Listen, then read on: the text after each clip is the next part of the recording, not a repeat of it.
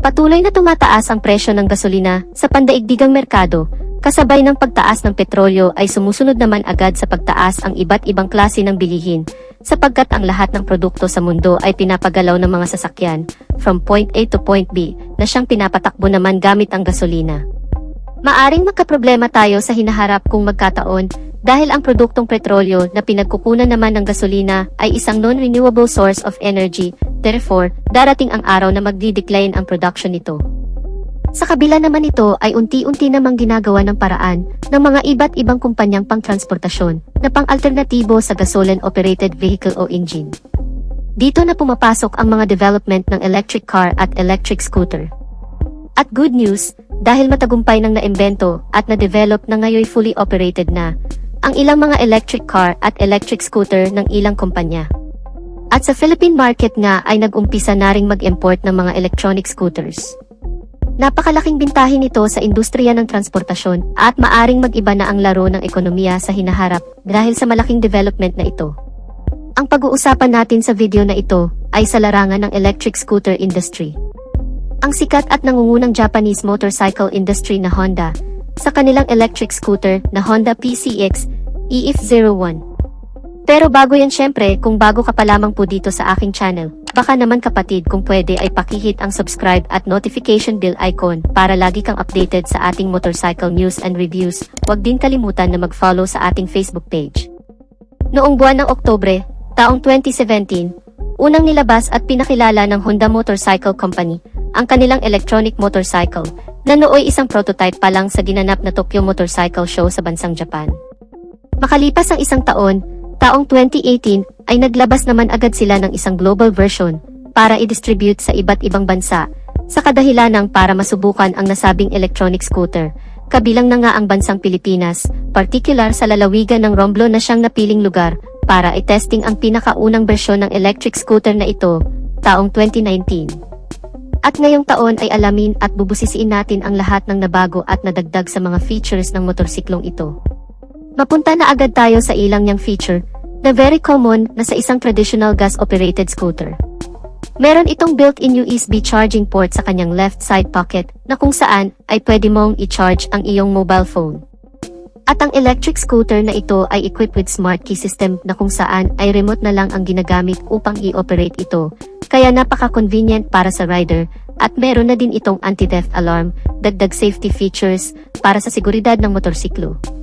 Pagdating naman sa instrument cluster, ito ay naka-fully digital dashboard, at dito ay makikita muna lahat ng importanteng impormasyon, gaya ng digital speedometer, trip meter, odometer, clock at battery capacity monitor. Alamin pa natin ang high-tech specs, engine performance and capabilities, at mga advantages ng isang electronic scooter. Umpisahan natin sa kanyang breakdown electronic motor performance. Ang electric scooter na ito ay equipped with synchronous motor. Ang ibig sabihin naman nito ay nagsisynchronize ang pag-ikot at bilis ng mga mechanical construction parts nito at nagkakaisang lumikha ng isang lakas at bilis na nagsisilbing enerhiya para mapaikot ang mga gulong para umabante ang motorsiklo. At ang kagandahan pa nito, ito ay equipped with built-in motor temperature protection para pigilan ang overloading ng electrical flow, para maiwasan ang overheating ng electronic motor, kaya nakakasigurado kang napapanatili nitong stable, at nasa magandang kondisyon at continuous ang pagtakbo ng motorsiklo. At bukod pa dyan, ito ay equipped with APM, ang Interior Permanent Magnetic, isang uri ng heavy-duty electronic motor, dahil ito ay mayroong integrated magnets na naka-built-in at nakaposisyon sa loob ng rotor, na nakakapagbigay ng pambihirang electromagnetic fields na nagpro-provide ng high performance at power sa bagong PCX, at ang electronic motor ng PCX EF01 ay nakakapag-provide ng maximum power na 5.6 horsepower at 5,500 revolution per minute. Mayroon naman itong maximum torque na 18 Nm at 500 revolution per minute. Dito ay mapapansin nyo agad ang kanyang maximum power at torque, kaya ganyan ang performance nito. Dahil ito ay nakadisenyo katulad ng isang 60cc motorcycle, at ito ay ginawa exclusively for home service, panghatid sundo, pangpasok sa trabaho, pang-market at marami pang iba. Ang electric scooter na ito ay hindi applicable sa long rides dahil ito ay nakadesign pang city riding conditions. Ang kagandahan naman ng PCX EF01 ay equipped with 2 removable lithium batteries at mayroon naman itong battery capacity na may kabuuang 21,700 mAh at nakakapag-provide naman ito ng high energy efficiency at high performance. Umaabot naman ang riding distance nito ng around 41 kilometers away bago malobat at meron naman itong power output na 50.4 volts at 20.8 amp hours. At compatible naman ito sa 100 volts AC plug, kaya napaka-convenient ng charging process nito dahil pwede mo itong i-charge direct sa outlet na parang isang mobile phones lang. Ang advantage naman ng removable battery ay pwede itong palit-palitan dahil ito'y detachable.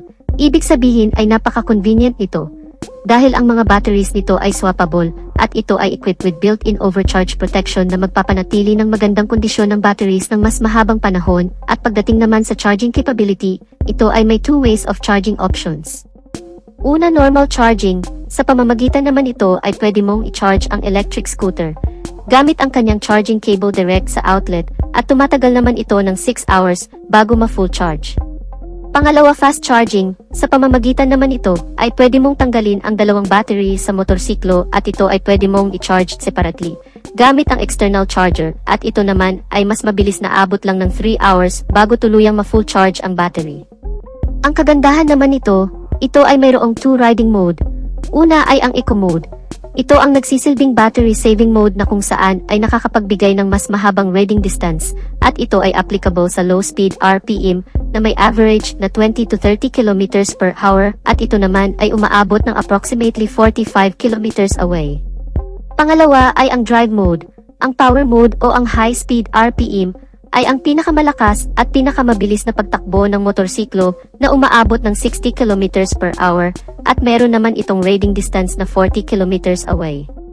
Mapunta naman tayo sa body dimensions. Ang PCX EF01 ay may habang 1,960 mm at may lapad naman itong 740 mm at may taas naman itong 1,095 mm at may wheelbase naman itong 1,380 mm at may ground clearance naman itong 132 mm, mayroon naman itong seat height na 760 mm.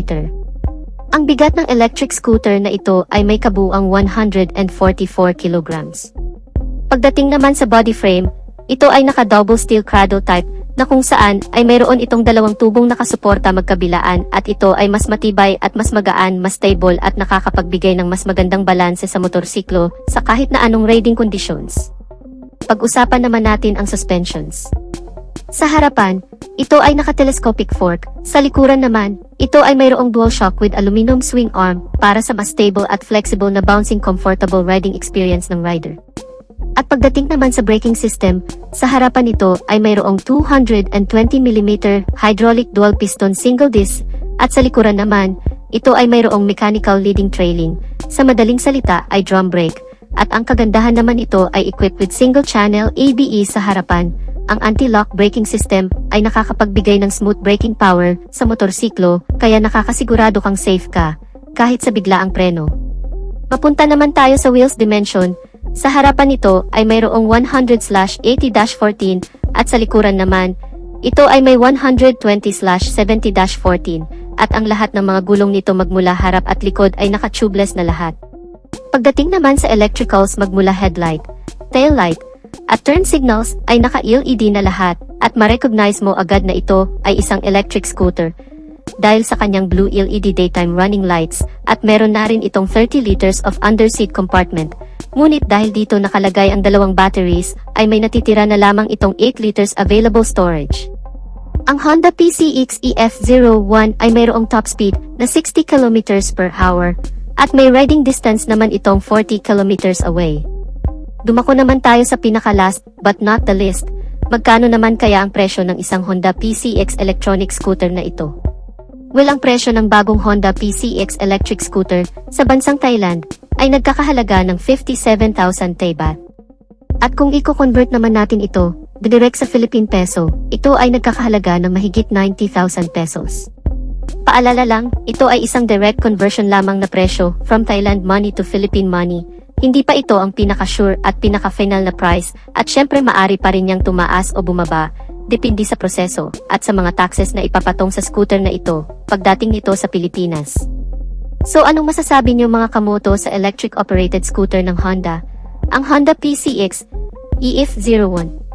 Plano mo bang kumuha nito pag dumating na ito sa Pilipinas? Just comment your thoughts and opinion in our comment sections below. At dito na natin tatapusin ang video natin mga ka-Wizard Moto. Sana nagustuhan ninyo ang video. At kung nagustuhan nyo ay pakipindot ang like button bilang suporta na rin sa ating channel. At sa mga hindi pa nakasubscribe ay inaanyayahan ko kayo kapatid na mag-subscribe sa aking channel para lagi tayong updated sa mga videos na i-upload ko pa. Maraming salamat sa walang sawang pagsuporta. Ride safe and God bless.